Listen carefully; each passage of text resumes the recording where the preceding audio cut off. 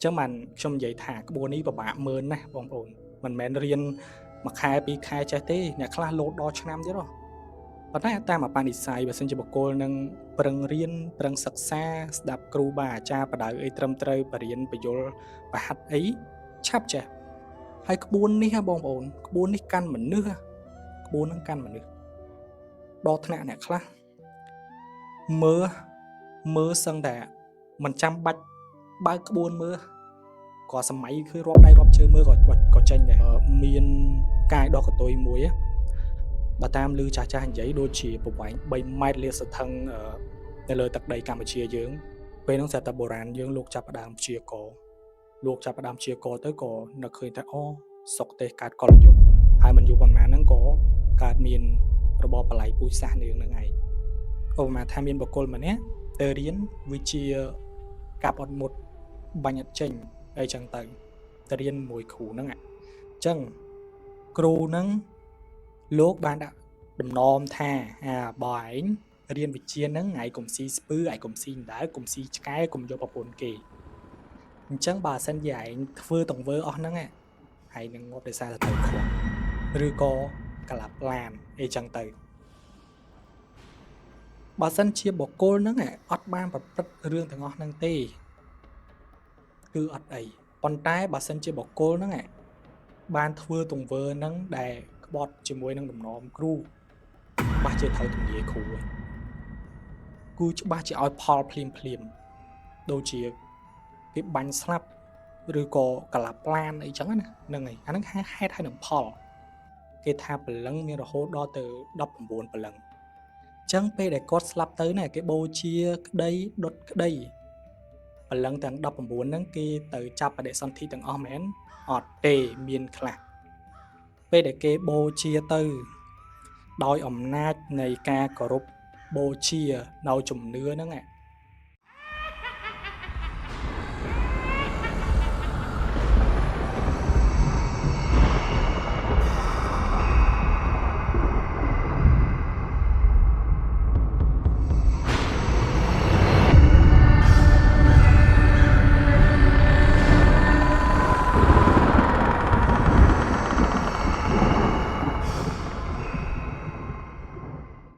ជាដំបូងក៏សូមគោរពទៅកាន់ព្រះថេរានេធរៈគ្រប់ព្រះអង្គក៏ដូចជាជំរាបសួរទៅកាន់ពុកម៉ែបងប្អូនទាំងអស់គ្នាស្វាគមន៍មកកាន់កម្មវិធី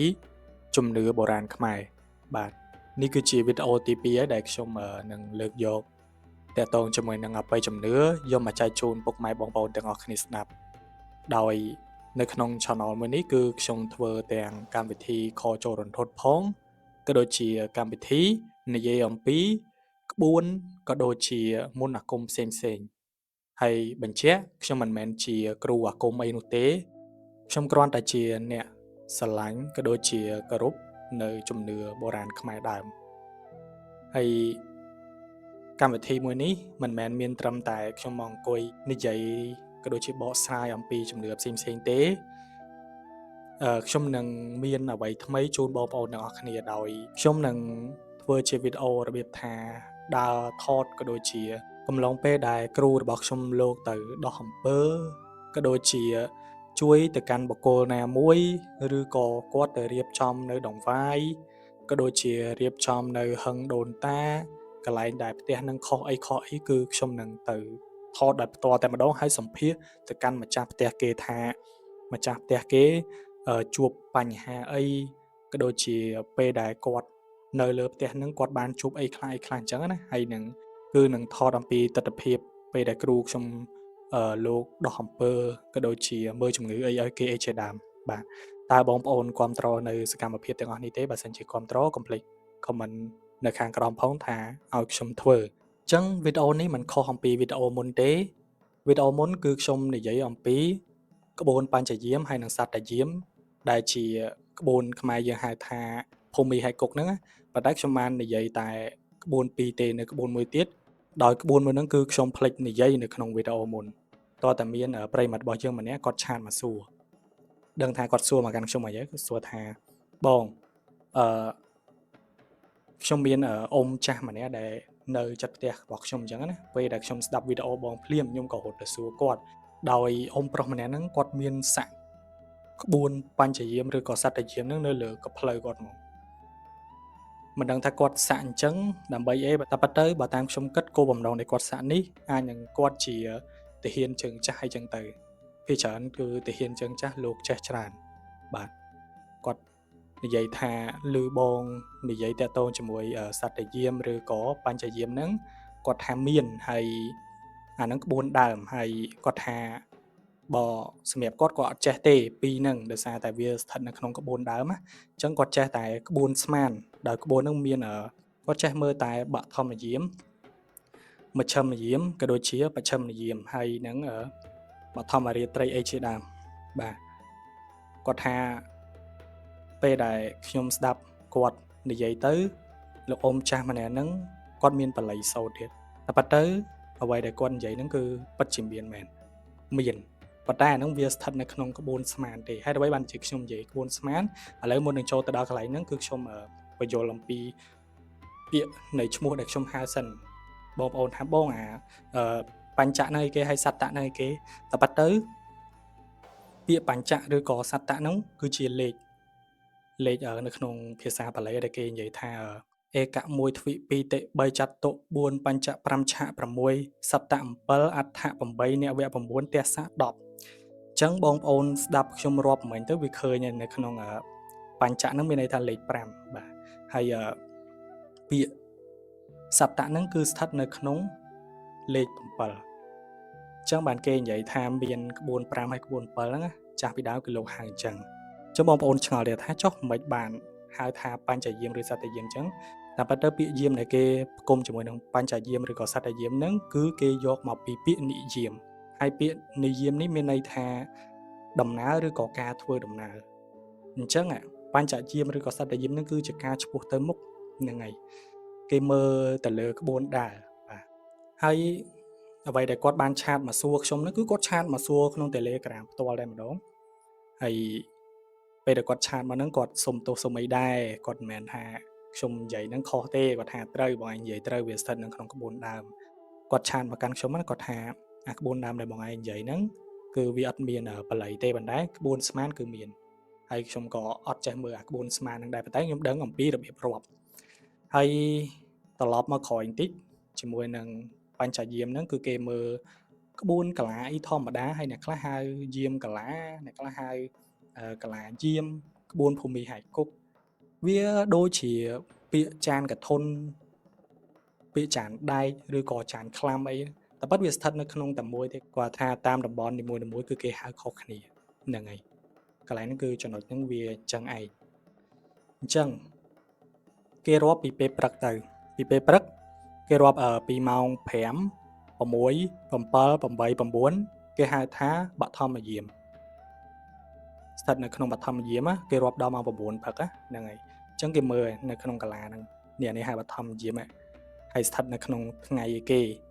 ថ្ងៃច័ន្ទឬក៏ថ្ងៃអង្គារថ្ងៃពុធអញ្ចឹងគេមើលនៅក្នុងកឡោហ្នឹង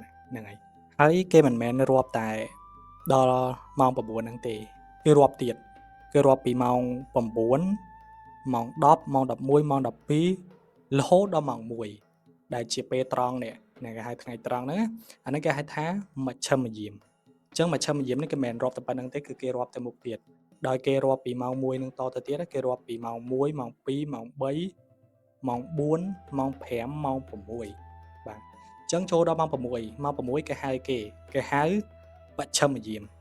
ហ្នឹងយើងមើលទៀតហើយនេះបើសិនជាបកគលនឹងមកមើលគេខុសអីឬក៏គេបាត់របស់អីឬក៏គេគួរតែចេញតាណាម៉ោងប្រហែលនេះគេមើលហ្នឹងហើយគេមើលប្រហែលថាគេមកមើលម៉ោង2ឬក៏ម៉ោង3អញ្ចឹងអាហ្នឹងគឺស្ថិតនៅក្នុងម៉ោងបច្ឆិមយាមហើយព្រោះអីចាប់ពីម៉ោង1រហូតដល់ម៉ោង6ល្ងាចហ្នឹងគេហៅថាបច្ឆិមយាមអញ្ចឹងគេមើលគេមានតែសេលើហ្នឹងបាទបន្ទាប់មកចុះបឋមរាត្រីគេរាប់ពីពេលណាវិញនេះវាចូលទៅដល់រាត្រីវិញណាអញ្ចឹងពេលព្រឹកគេហៅថាបឋមយាមប៉ុន្តែដល់ពេលចូលដល់ពេលយប់គេហៅបឋមរាត្រីហ្នឹងគេរាប់ពីម៉ោង6តទៅទៀតម៉ោង6រហូតដល់ម៉ោង9យប់ម៉ោង9យប់គេហៅថាបឋមរាត្រីហើយបើសិនជាគេរាប់ពីម៉ោង9រហូតដល់ម៉ោង1យប់គេរាប់ម៉ោង9ម៉ោង10ម៉ោង11ម៉ោង12ឬក៏ម៉ោង1អញ្ចឹងទោះបីបកគលនឹង មកនៅក្នុងចន្លោះម៉ោងណាឧបមាថាឲ្យតែផុតពីម៉ោង9ហើយខម៉ោង1អញ្ចឹងមិនថាមកម៉ោង10ឬក៏ម៉ោង11អញ្ចឹងវាស្ថិតនៅក្នុងមជ្ឈិមរាត្រីអញ្ចឹងមជ្ឈិមរាត្រីគេមើលទៀតគេមើលក្បួនកាឡាវាមិនហ្នឹងតែប៉ុន្តែគេហៅថាយាមកាឡាតែប៉ុន្តែគេហៅទៅលើកាឡាហ្នឹងឯងអញ្ចឹងមិនគេហៅថាយាមកាឡាហៅពាក្យតគ្នាណាបាទតែឈ្មោះខ្មែរយើងហៅមិនអញ្ចឹងទេហ្នឹងចុះគេរាប់ថាម៉ោង1ហ្នឹងអស់មែនមិនមែនទេគេរាប់តទៀតគេរាប់ពីម៉ោង1យប់ឡើងរហូតដល់ម៉ោង6ព្រឹកវិញម៉ោង6ព្រឹកវិញនឹងគេហៅគេបងប្អូនគេមិនហៅពេលព្រឹកដោយបឋមយាមទៀតណាគេហៅថាបច្ឆិមរាត្រីចឹងបានខ្ញុំនិយាយថាក្បួននេះពិបាកមើលណាស់បងប្អូនមិនមែនរៀនមួយខែពីរខែចេះទេអ្នកខ្លះលោតដល់ឆ្នាំទៀតហ៎ប៉ុន្តែតាមអបនិស្ស័យបើសិនជាបុគ្គលនឹងប្រឹងរៀនប្រឹងសិក្សាស្ដាប់គ្រូបាអាចារ្យបដៅអីត្រឹមត្រូវបរៀនបញ្យលបហាត់អីឆាប់ចេះហើយក្បួននេះបងប្អូនក្បួននេះកាន់មនុស្សក្បួននឹងកាន់មនុស្សដល់ថ្នាក់អ្នកខ្លះមើលសឹងតែមិនចាំបាច់បើកក្បួនមើលក៏សម័យគឺរាប់ដៃរាប់ជើងមើលក៏ចេញដែរហ្នឹងបើសិនជាក្បួននឹងគេកាន់ហ្មងហ្នឹងហើយខ្ញុំអត់ដឹងមិនដែរខ្ញុំធ្លាប់សួរគ្រូខ្ញុំដែរថាលោកគ្រូក្បួនហ្នឹងមិនពេកខ្លះយើងមើលខុសពីរដងប៉ុន្តែវាស្ថិតនៅក្នុងអាកន្លែងតែមួយផងទោះបីយើងរាប់ម៉ោងខុសរាប់ថ្ងៃខុសអូម៉ានថាបកគោលហ្នឹងត្រូវសយហ្មងមកជួបយើងលេខ01គឺមើលចំឃើញលេខ01រហូតហ្មងអញ្ចឹងអានឹងអញ្ចឹងវិញអញ្ចឹងយើងត្រឡប់មកក្រោយវិញតិចពេលគេរាប់ម៉ោង1រហូតដល់ម៉ោង6ហ្នឹងគេហៅថាបច្ឆិមរាត្រីអញ្ចឹងបងប្អូនឆ្ងល់ថាចុះមិនបានគេរាប់ពីម៉ោង5រហូតដល់ម៉ោង9ព្រឹកគេហៅថាបឋមរាត្រីហើយកន្លែងនេះពីម៉ោង1រហូតដល់ម៉ោង6ព្រឹកហៅបច្ឆិមរាត្រីអញ្ចឹងបានខ្ញុំតែងតែនិយាយបងប្អូនថានេះគេមើលទៅលើយាមគេមើលទៅលើយាមហាក់នឹងពិបាកបញ្យល់មែនតើមើលខ្ញុំសិក្សាក៏ដូចជាសួរគ្រូខ្ញុំបន្តទៀតសួរថាហេតុអីបានក្បួនហ្នឹងគេហៅអញ្ចឹងទាំងដែលចូលដល់ម៉ោង6បែរជាស្ថិតនៅក្នុងបច្ឆិមរាត្រីដដែលហ្នឹងហើយអញ្ចឹងក្បួនខ្លះទៀតគេរាប់មើលពីរណូចទៅខ្នើតពីខ្នើតមករណូចវិញអាហ្នឹងក៏មានដែរបងប្អូនដល់ថ្នាក់ខ្ញុំសួរគ្រូធំខ្ញុំសួរលោកគ្រូស្គាល់ក្បួនភូមិហេតុគាត់ថាអត់ទេគាត់ស្គាល់តែបញ្ញយាមហើយសត្វយាមទាំងដែលគាត់ជាគ្រូអាគមមិនមែនជាគ្រូអាគមដែលទៅឥឡូវទៀតតាំងពីជំនាន់សង្គ្រាមមកបងប្អូនកាន់មើលទៅបងប្អូនដែលធ្លាប់ស្ដាប់ប្រវត្តិពុករឿនដឹងហើយហ្នឹងហើយធ្លាប់ស្ដាប់ប្រវត្តិពុករឿនគឺដឹងហើយនិយាយទៅគឺថាសូម្បីតែក្បួនបច្ចេកសង្គ្រាមហ្នឹងក្បួនបុរាណក៏មាននៅនឹងគាត់ដែរបើតាមខ្ញុំសាកសួរគាត់មាននឹងក្បួនលោកគ្រូកែមនីចូលទៀតដែលជាគ្រូទី2របស់គាត់ហ្នឹងបាទហើយកែមនីចូលហ្នឹងគាត់គឺជាកូនក្រោលរបស់កលាហោមកុំហ្នឹងលោកតាកលាហោមកុំហ្នឹងគឺគាត់គឺជាកូនខលបាទហើយពុករឿនយើងនេះគឺគាត់ទាំងដែលគាត់បានបួសឧបសពទាត្រឹមត្រូវប៉ុន្តែគាត់មិនដែលហៅខ្លួនគាត់ជាគ្រូទេគាត់ហៅគាត់ជាកូនសំណឹងហ្នឹងហើយលោកគ្រូខ្ញុំមីនេះឥឡូវគាត់ថាមកជាកូនក្រោលទេទាំងដែលគាត់បានបួសរៀនអីត្រឹមត្រូវហ្នឹងគេអត់តាំងខ្លួនជាគ្រូទេបើថាញាតិមិត្តញាតិញោមអីទៅហៅលោកថាលោកគ្រូអីគាត់អត់ឆ្លើយទេគាត់អត់ឆ្លើយ6ទេហៅគាត់ពេលដែលញាតិញោមអីទៅមើលអញ្ចឹងហៅគាត់លោកគ្រូអីគាត់មិនឆ្លើយទេគាត់មិនឆ្លើយបើហៅគាត់លោកបងឬក៏លោកក្មួយអីតាមត្រូវអាហ្នឹងគាត់ហៅតែបើថាហៅគ្រូគឺអត់ឆ្លើយហ្មងដោយសារតែលោកថាលោកមិនមែនជាគ្រូអញ្ចឹងណាឥឡូវយើងត្រឡប់មកក្រោយវិញបន្តិចអានេះយើងគ្រាន់តែនិយាយជីកឬជីកគល់តាក់ទងជាមួយសាវតាគ្រូខ្ញុំហ្នឹងហើយអញ្ចឹងតាក់ទងជាមួយនឹងក្បួនបឋមយាមមជ្ឈិមយាមក៏ដូចជាបច្ឆិមយាមបឋមរាត្រីមជ្ឈិមរាត្រីក៏ដូចជាបច្ឆិមរាត្រីហើយឲ្យបានគេដឹងថាម៉ោងអាត្មាណាពីដើមព្រោះអានេះអ្វីដែលខ្ញុំរៀបរាប់មិញក្បួនពីដើមដែរតែក្បួនស្មានអញ្ចឹងបើចាស់ពីដើមលោកដើរព្រៃលោកមើលទៅលើដំណើរថ្ងៃឧបមាថាព្រះអាទិត្យរះផុតចុងឈើហ ហៅថាបឋមយាមហ្នឹងហើយហើយបើសិនជាពេលយប់គឺគេមើលជាដំណើរព្រះច័ន្ទក៏ដូចជាដំណើរផ្កាយវិញហ្នឹងហើយអញ្ចឹងបងប្អូនបាច់ឆ្ងល់ទេថាពីដើមពូគាត់មានអីមើលបើអត់មាននាងការមានអីមើលផងហ្នឹងនៅក្នុងព្រៃហ្នឹងហើយអញ្ចឹងចាស់ពីដើមគឺលោកហៅយាមហ្នឹងឯងហៅមកហៅយាមហ្នឹងដូចនៅក្នុងមង្គលសោតនៅក្នុងមង្គលសោត38មានទេវតាអង្គមួយស្ថិតនៅក្នុងយាមទី3យាមទី3គឺពេលយប់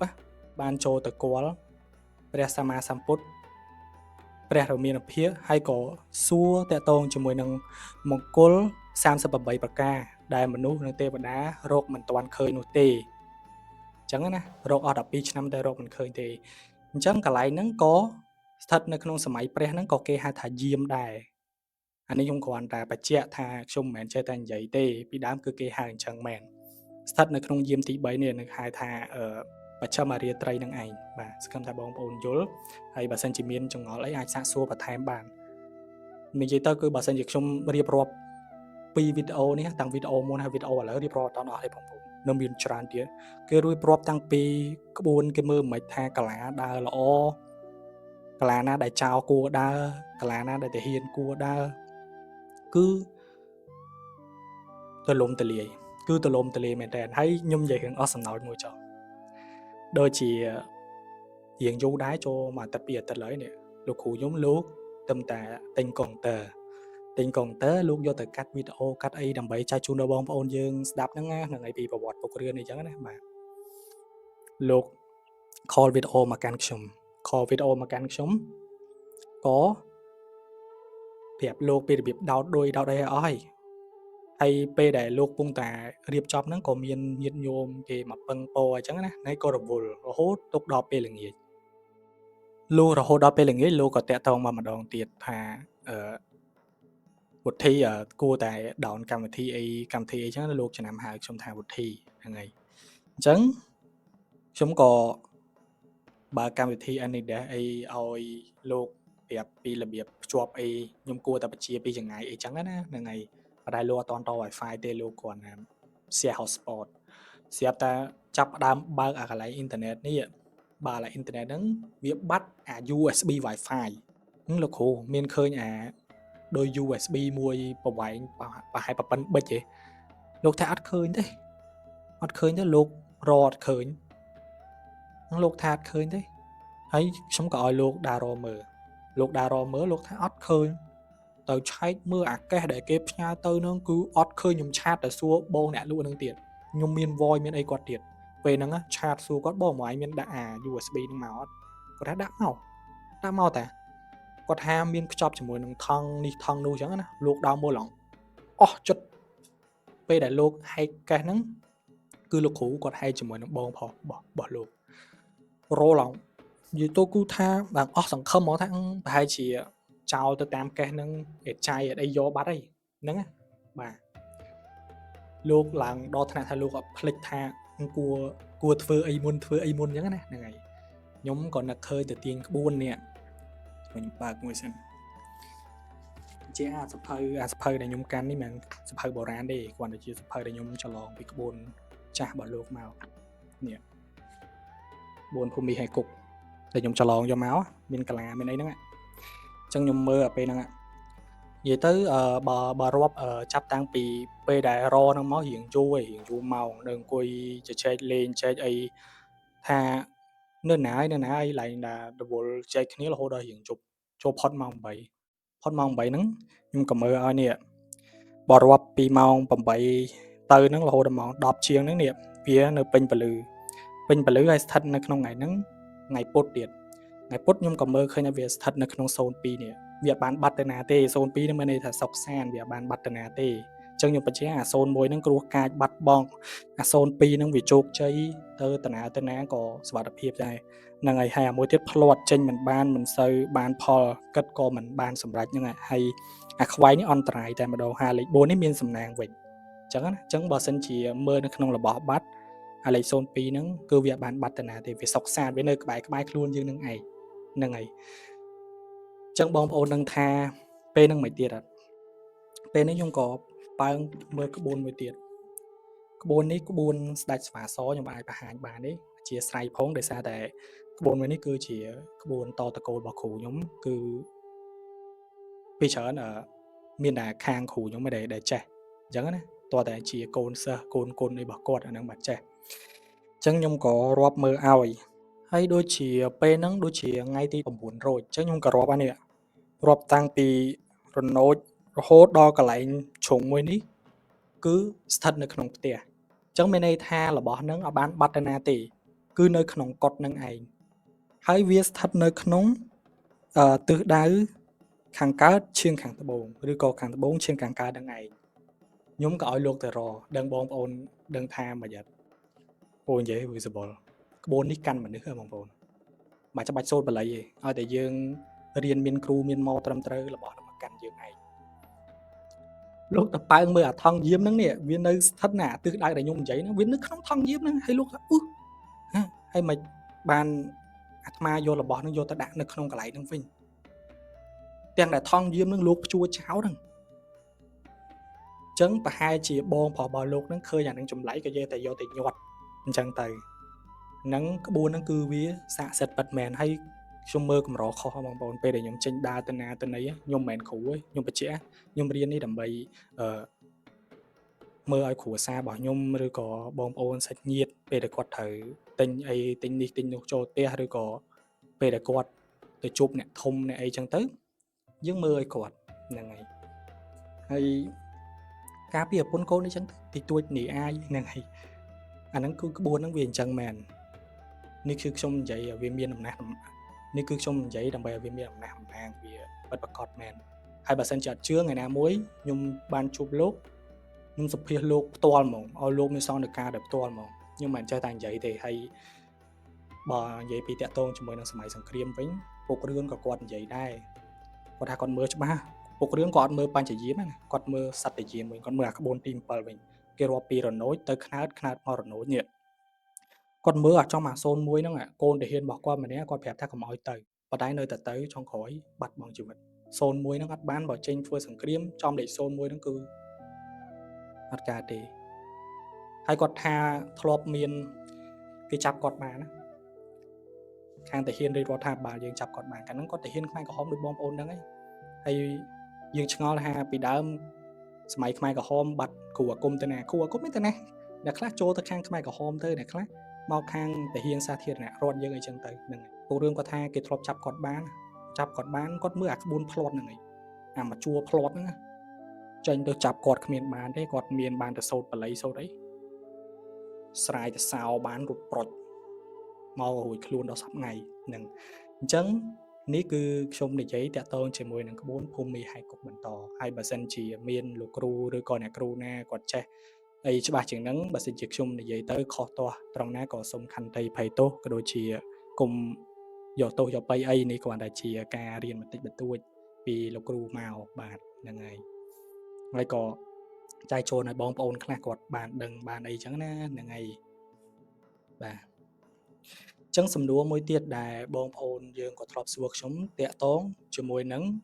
ក្បួនមើលមេឃមើលផ្កាយថាក្បួនហ្នឹងមានមែនដែរឬក៏អត់បងក្បួនហ្នឹងបើថាជាជាក់ស្ដែងគេចងក្រងជាក្បួនអីហ្មងអាហ្នឹងខ្ញុំអត់សូវដឹងច្បាស់ទេបើតាមខ្ញុំសួរគ្រូរបស់ខ្ញុំលោកថាអត់មានទេប៉ុន្តែបើថាការចំណាំការនិយាយតមាត់គ្នាគឺមានហើយមានប្រហែលថាគ្រូមួយនេះតកូលរបស់គាត់មានក្បួនសម្រាប់គ្រួសារគាត់មើលឲ្យក្បួនមួយទៀតមាននៅគ្រួសារគ្រូមួយទៀតអញ្ចឹងគឺគេមានក្បួនតកូលរបស់គេតែបើថាក្បួនជាក់ស្ដែងគេកត់ទុកទលំទលាយហ្មងអាហ្នឹងខ្ញុំអត់ដឹងថាមានឬក៏អត់ណាខ្ញុំអត់ហ៊ាននិយាយដែរអញ្ចឹងក្បួនដែលសម័យបុរាណគេមើលមិនគេមើលតារានិកគេមើលផ្កាយគេមើលព្រះច័ន្ទមើលផ្កាយចោលផ្កាយនង្គ័លផ្កាយចង្រៃអីជាដើមគឺគេមើលអញ្ចឹងបាទដូចយើងត្រឡប់ថយក្រោយទៅដូចជាមុនសម័យខ្មែរក្រហមដែលពេលហ្នឹងមានផ្កាយដកកតុយមួយបើតាមឮចាស់និយាយដូចជាប្រវែង3ម៉ែត្រលាតសន្ធឹងនៅលើទឹកដីកម្ពុជាយើងពេលហ្នឹងស្រាប់តែបុរាណយើងលោកចាប់ផ្ដើមព្យាករទៅក៏នឹកឃើញថាអូសុកទេសកើតកុលហើយមិនយូរប៉ុន្មានហ្នឹងក៏កើតមានរបបបល័យពូជសាសន៍នាងហ្នឹងឯងហ្នឹងហើយ នឹងតើតោជាមួយនឹងការមើលមេឃមើលផ្កាយហើយខ្ញុំមកហ៊ាននិយាយអីច្រើនគ្រាន់តែដឹងថាមានគ្រាន់តែថាបើថាក្បួនដែលគេកត់ទលំទលាយជាគម្ពីរអីដែលគេចែកឆាយអីមកអានឹងខ្ញុំអត់ដឹងទេតែបើថាពេលដែលមានសិស្សមួយទៅរៀនមួយគ្រូមួយទៅគេអាចនឹងបានក្បួននឹងមកពីគ្រូពីអីចឹងណាហ្នឹងហើយអានឹងមានអានឹងមែនបាទហើយមានគេសួរខ្ញុំទៀតថាបងបើសិនជាខ្ញុំរៀនមានគ្រូច្រើនល្អអត់ចម្លើយនោះគឺបើសិនជាយើងរៀនចប់ពីគ្រូមួយគ្រូម្នាក់ហ្នឹងគ្រូហ្នឹងលោកច្អល់បង្ហាញថាហើយរៀនចប់ហើយគួរតែរៀនមួយគ្រូទី2ឬក៏យើងរៀនពីគ្រូទី2ហ្នឹងចេះហើយនេះគ្រូទី2ហ្នឹងថាឥឡូវហើយរៀនមួយអញជាគ្រូទី2ហ្នឹងចេះហើយទៅរៀនមួយគ្រូទី3ទៅអាហ្នឹងបានប៉ុន្តែបើសិនជាបុគ្គលហ្នឹងមករៀនមួយគ្រូនេះហើយទៅលួចរៀនមួយគ្រូនោះបន្ទាប់មកទៅលួចរៀនមួយគ្រូទី3ទៀតឲ្យតែឃើញគ្រូណាខ្លាំងទៅរៀនទៅសុំបល័យអីពីគេរៀបអាសនៈចេះតែចង់ធ្វើអីតាមចិត្តឯងហ្នឹងណាគ្រោះថ្នាក់ធំណាស់ហើយបានជាខ្ញុំនិយាយថាគ្រោះថ្នាក់ធំចោះពេលដែលខុសគ្រូយើងដឹងថាខុសគ្រូខាងណាឯងចង់តរំតែដឹងថាអូយើងខុសគ្រូនេះហើយគ្រូយើងច្រើននឹងងាប់យើងតរំតែដឹងថាគ្រូយើងខុសមួយណាអាយុរបស់យើងទៅបាត់ហើយខុសគ្រូអត់បានបងប្អូនបើតាមស្មាតទោះពុករៀនគាត់និយាយគាត់ថាអត់បានទេអាខុសគ្រូហ្នឹងងាប់បាស់ដឆ្កើតស្មាតទោះគាត់និយាយអានេះរៀងអស់សំណើចតិចបាទអញ្ចឹងកន្លែងនេះគឺខ្ញុំចង់តបសំណួរទៅកាន់បងប្អូនដែរដោយសារតែវីដេអូមុនគឺខ្ញុំបើកដៃឲ្យបងប្អូនសួរមានសំណួរច្រើនមែនទែនហើយខ្ញុំស្រង់បានតែខ្លះៗទេខ្លះទៀតខ្ញុំយកទៅធ្វើវីដេអូតទៀតអញ្ចឹងវីដេអូនេះដូចគ្នាបងប្អូនអាចសាកសួរនៅខាងក្រោម comment បានឥឡូវមិញគឺខ្ញុំនិយាយតាក់ទងជាមួយនឹងតារាសាស្ត្របាទមិញតារាសាស្ត្រអញ្ចឹងបើសិនជាលោកគ្រូអ្នកគ្រូដែលលោកចេះមើលក្បួនតារាសាស្ត្រពិតប្រាកដលោកគ្រូអ្នកគ្រូអាចបញ្ចេញមតិនៅខាងក្រោមបានថាអ្វីដែលខ្ញុំនិយាយហ្នឹងវាត្រឹមត្រូវឬក៏អត់អីចឹងណាដោយសារតែខ្ញុំនិយាយនេះគឺលើតពីគ្រូខ្ញុំទេហើយបើសិនជាមានខុសទាស់ត្រង់ណាក៏សូមខន្តីអភ័យទោសដែរដោយក្បួនមុនដូចគ្នាហ្នឹងហើយឥឡូវខ្ញុំមកឆ្លើយសំណួរបន្តដោយសំណួរទី2គាត់សួរថាបងអាចនិយាយពីគ្រូបាតជាយហើយនឹងគេហៅថាសំណុំសង្វារឬក៏សង្វារឈៀងអីចឹងណាហ្នឹងហើយអ្វីដែលគាត់សួរខ្ញុំបន្តហ្នឹងតាក់ទងជាមួយនឹងគ្រូបាតជាយហើយនឹងគ្រូសង្វារក៏ដូចជាគ្រូសំណុំគេហៅថាកងសំណុំគេហៅថាសង្វារពាក់ឈៀងអីហ្នឹងណាបងប្អូនបាទអញ្ចឹងខ្ញុំអត់បានរៀបរាប់លម្អិតច្បាស់ពេកទេខ្ញុំគ្រាន់តែបញ្យល់គាត់ឲ្យយល់កន្លែងខ្លះព្រោះបើសិនជារៀបរាប់ទៅអាចរៀងយូរទៀតពាក្យថាគ្រូបាតជាយវាតាក់ទងជាមួយនឹងបែបពុទ្ធសាសនាផងតាក់ទងជាមួយនឹងជំនឿបុរាណខ្មែរដើមផងគេហៅថាក្បួនព្រាហ្មណ៍ក្បួនអីហ្នឹងណាបាទឧទាហរណ៍យើងនិយាយបែបពុទ្ធសាសនាដោយពុទ្ធសាសនាលោកជឿថាគេនិយាយតាក់ទងជាមួយកម្មហើយនឹងផលបើបែបក្រៅពុទ្ធសាសនាដែលជាគ្រូព្រាហ្មណ៍ឬក៏គ្រូរបៀនហ្នឹងគេនិយាយតាក់ទងជាមួយហេតុហើយនឹងផលអញ្ចឹងបងប្អូនឆ្ងល់ថាពីរហ្នឹងវាមានតាក់ទងជាមួយគ្នាមែនគឺច្បាស់ជាតាក់ទងមួយគ្នាបើយើងនិយាយអំពីកម្មផលវិញកម្មផលបើបែបពុទ្ធសាសនាឧបមាថាខ្ញុំឬក៏បងប្អូនបានទៅសម្លាប់ជីវិតមនុស្សសាងបាបលួចដីគេលួចប្រពន្ធគេអីចឹងទៅឬក៏ទៅធ្វើរឿងអីផ្សេងដែរអសិលធម៌ឬក៏អមនុស្សធម៌អញ្ចឹងបើបែបពុទ្ធសាសនាគេថាអ្នកឯងសាងអីនឹងទទួលផលកម្មហ្នឹងនៅជាតិក្រោយអ្នកឯងកើតជាអីជាសត្វដេរឆានឬក៏នរកប្រែតឬក៏អីចឹងទៅហ្នឹងហើយជាតិក្រោយពេលដែលអ្នកឯងស្លាប់ទៅហ្នឹងគេហៅថាកម្មហើយនឹងផលចុះហេតុហើយនឹងផលដែលនិយាយតាក់ទងជាមួយនឹងខាងបែបជំនឿខ្មែរដើមយើងវិញគេនិយាយតាក់ទងជាមួយនឹងហេតុហើយនឹងផលនោះឧបមាថាមានបុគ្គលម្នាក់ទៅរៀនវិជ្ជាកាប់អត់មុតបាញ់អត់ចេញអីចឹងទៅរៀនមួយគ្រូហ្នឹងអញ្ចឹងគ្រូហ្នឹងលោកបានដាក់ដំណមថាបើឯងរៀនវិជ្ជាហ្នឹងឯងកុំស៊ីស្ពឺឯងកុំស៊ីដៅកុំស៊ីឆ្កែកុំយកប្រពន្ធគេអញ្ចឹងបើសិនជាឯងធ្វើទង្វើអស់ហ្នឹង ហើយនឹងងាប់ដោយសារតែត្រូវគ្រាប់ឬក៏កលាប់ឡានអីចឹងទៅបើសិនជាបុគ្គលហ្នឹងអត់បានប្រព្រឹត្តរឿងទាំងអស់ហ្នឹងទេគឺអត់អីប៉ុន្តែបើសិនជាបុគ្គលហ្នឹងបានធ្វើទង្វើហ្នឹងដែលក្បត់ជាមួយនឹងដំណំគ្រូច្បាស់ជាត្រូវទំនាយគ្រូហើយគូច្បាស់ជាឲ្យផលភ្លាមដូចជាគេបាញ់ស្លាប់ឬក៏កលាប់ឡានអីចឹងណាហ្នឹងហើយអាហ្នឹងហេតុហើយនឹងផលអញ្ចឹងគ្រូបាតជាយហ្នឹងក៏ដូចគ្នាដែរគ្រូបាតជាយហ្នឹងចេះវាកំណើតគ្រូបាតជាយតាក់ទងជាមួយនឹងមហាភូតរូប4មានដីទឹកភ្លើងខ្យល់បែបពុទ្ធសាសនាលោកថាអាណាដែលជាសាច់ឬក៏ឆ្អឹងរឹងហ្នឹងគេហៅថាធាតុដីចុះធាតុទឹកគឺរបស់ដែលសើមរបស់ដែលជាធាតុរាវនៅខ្លួនយើងហ្នឹងគេហៅថាធាតុទឹកចុះធាតុភ្លើងគឺលោកសំដៅទៅលើកម្ដៅដែលនៅក្នុងខ្លួនយើងនឹងឯងចុះអាធាតុខ្យល់គឺលោកចង់សំដៅទៅលើដង្ហើមយើងចេញចូលនឹងឯងបាទអាហ្នឹងហៅមហាភូតរូប4ណាហ្នឹងហើយពេលដែលមានបុគ្គលនឹងស្លាប់ទៅហៅថាជីតារបស់យើងឬក៏ជីដូនរបស់យើងពេលដែលគាត់ស្លាប់ទៅព្រលឹងរបស់គាត់បើនិយាយអំពីសាសនាខ្មែរដើម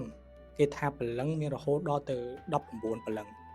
អញ្ចឹងពេលដែលគាត់ស្លាប់ទៅណាគេបូជាក្តីដុតក្តីព្រលឹងទាំង19ហ្នឹងគេទៅចាប់បដិសន្ធិទាំងអស់មែនអត់ទេមានខ្លះពេលដែលគេបូជាទៅដោយអំណាចនៃការគោរពបូជានៅជំនឿហ្នឹងក៏ញ៉ាំងឲ្យកើតទៅជាគន្ធធប់នៅក្នុងឆ្អឹងអញ្ចឹងវាតាក់ទងជាមួយនឹងមហាភូតរូប4ហ្នឹងទឹកដីភ្លើងខ្យល់ហ្នឹងពេលដែលយើងបូជាទៅឆ្អឹងយើងសាច់យើងនៅនឹងភ្លើងនៅនឹងដីនៅនឹងខ្យល់អីហ្នឹងឯងពេលដែលអំណាចនៃការគោរពគេហៅថាឧបដិកឲ្យកើតទៅជាគន្ធធប់នៅក្នុងឆ្អឹងអញ្ចឹងពួកគន្ធធប់ហ្នឹងមិនពួកភូតហ្នឹងឯងពេលដែលយើងដាក់ធ្វើហឹងដូនតាអីចឹងពេលយើងដាក់ធ្វើហឹងដូនតាយើងអុជធូបអុជអីរហូតស្រាប់តែយើងធ្វើខុសអីមួយគេកាច់យើងពេលដែលគ្រូមើលទៅខុសដូនតាចុះគេឆ្ងល់ថាឲ្យដូនតាអត់ស្រឡាញ់កូនចៅអញ្ចឹងចេះតែកាច់ចេះតែអីអាហ្នឹងហើយគេហៅពួកគន្ធប់ប៉ុន្តែស្ថិតនៅក្នុងដូនតាដដែលទេហ្នឹងស្ថិតនៅក្នុងដូនតាដដែលទេអញ្ចឹង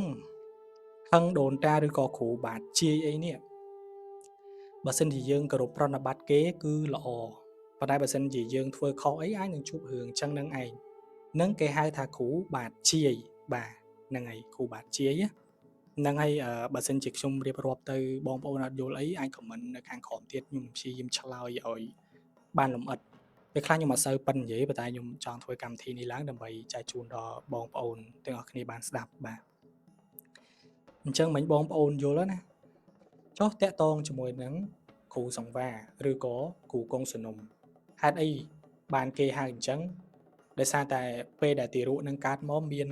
សនុំសង្វារឬក៏សង្វារពាក់ឈៀងអីចឹងណាចុះហេតុអីបានគេដឹងដោយសារតែមានគ្រូ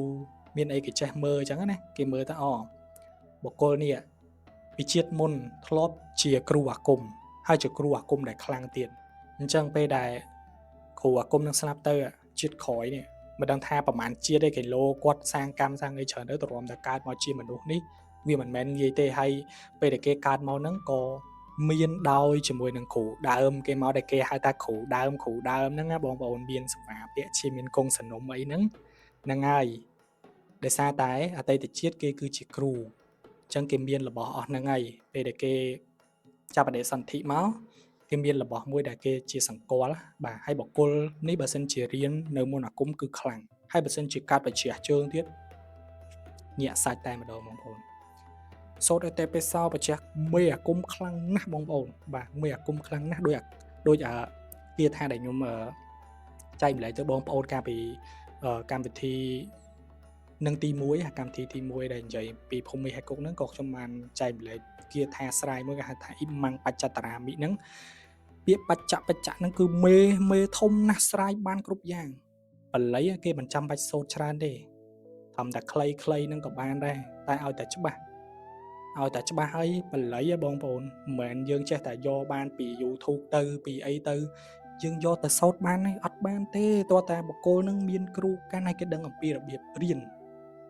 នឹងមិនគេដឹងថាគួរតែរៀនថ្ងៃណាហើយឧបមាថាវិជ្ជាខ្លះគេគួររៀននៅពេលយប់ឬក៏ពេលថ្ងៃហើយបែរមុខទៅទិសណាចាអាហ្នឹងបានគេរៀនទៅគាថានឹងបកកែ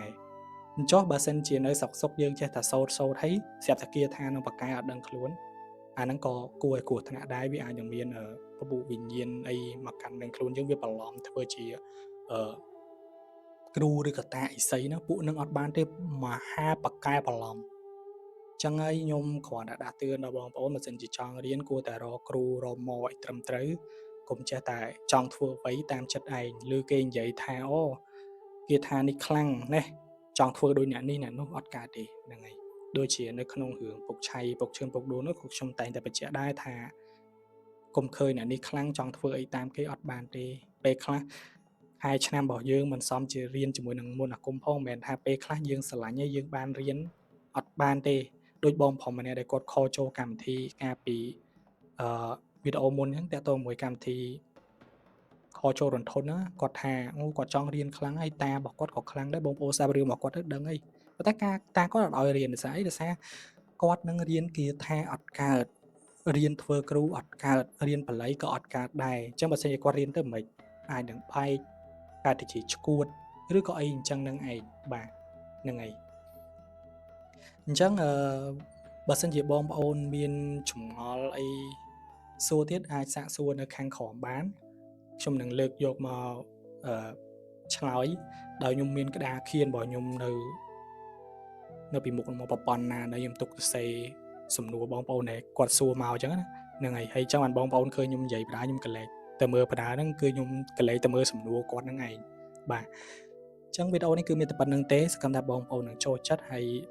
ជាចុងក្រោយក៏សូមខន្តីអភ័យទោសចំពោះអ្នកគ្រូក៏ដូចជាលោកគ្រូទាំងឡាយដែលបានមើលវីដេអូនេះហើយកុំយកទោសយកប៉ីនេះគ្រាន់តែជាកម្មវិធីដែលនិយាយអំពីជំនឿទេបើសិនមានចន្លោះប្រហោងណាដែលខ្ញុំនិយាយទៅអាចបំពេញបន្ថែមបានហ្នឹងហើយជំរាបលាពុកម៉ែបងប្អូនអរគ្នាជួបគ្នានៅវីដេអូក្រោយ